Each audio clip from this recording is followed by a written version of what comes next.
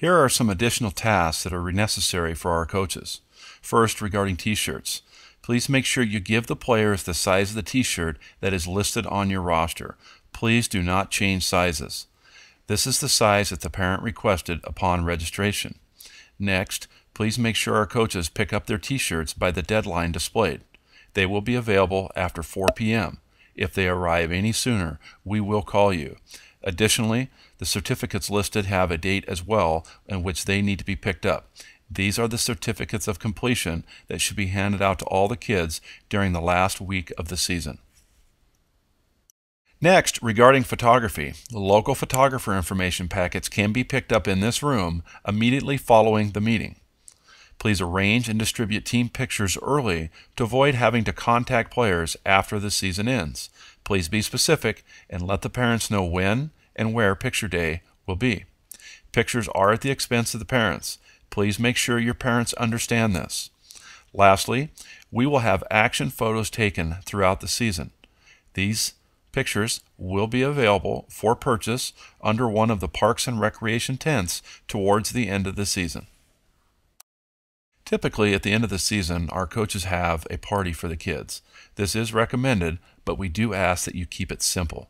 Please do not contact your sponsor to provide anything for the party. Additionally, Parks and Recreation will reserve for free one of our gazebo areas for your party. They are available on a first-come, first-served basis, and there is no charge. We ask all coaches, parents, and sponsors not to give out trophies or medals. We promote recreational sports and not competitive sports. Throughout the course of this season, we will have staff members going around to each game at each of our sites each weekend, keeping track of our Mayor's Sportsmanship Award information. One team from each league is awarded the Sportsmanship Award under the following categories. You may check the standings at any time at the Parks and Recreation office or on our website.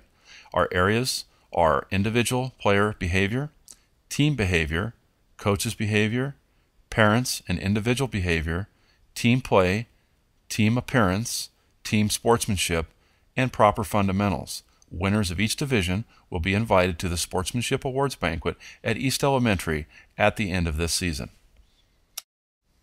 In the years past, we have had some problem with coaches assuming that fields at each of our schools and parks are reserved for practices for Parks and Recreation soccer.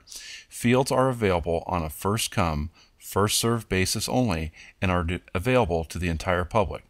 We ask that as coaches, you only take half of a field.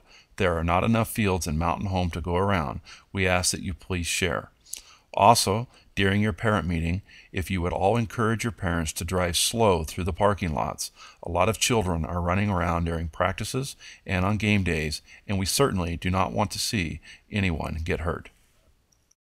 Here is a layout of our soccer fields at Legacy Park. You'll notice that up on top, nearest the basketball courts, at the corner of McMurtry Road and Haskett, is the location of our 4- and 5-year-old soccer fields, number 1 and 2. The lower parking lot entrance, on your left-hand side as you pull in the parking lot, is the location of fields number 3 and 4. These are for our 6- and 7-year-old boys and girls. On further down the parking lot, on your left-hand side, is field number 5 and 6. This is for our 8- and 9-year-old boys and girls, as well as field 6 for our 10-, 11-, and 12-year-old boys and girls. We are very excited this season to bring you our Coaches and Players Skills Clinic. We are asking all coaches to attend this skills clinic. This clinic is not only for players, but is for coaches as well. Our high school soccer coaching staff will be running this clinic for us. The date is listed on your screen. Coaches will meet players after the clinic and conduct a short parents meeting.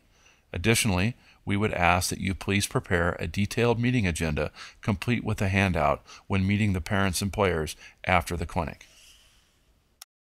Tonight, we'll be checking out to you your equipment bag. Please keep track of your equipment and return it promptly at the end of the season.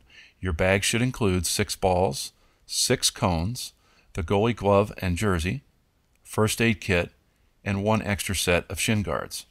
Please ensure that your goalie shirt is not the same color as your team color. Please contact the Parks and Recreation office if you need more kits and supplies prior to the end of the season. At the end of the season, we will be collecting all the equipment at Legacy Park after your last game. Please note that the 4- and 5-year-old season ends 1 week sooner than the rest of the league. Please return equipment at this time. There will be a Parks and Recreational vehicle located at the park where the big red star is located on the map. Here is an end of the season checklist to help you. First, make sure all equipment is turned in promptly.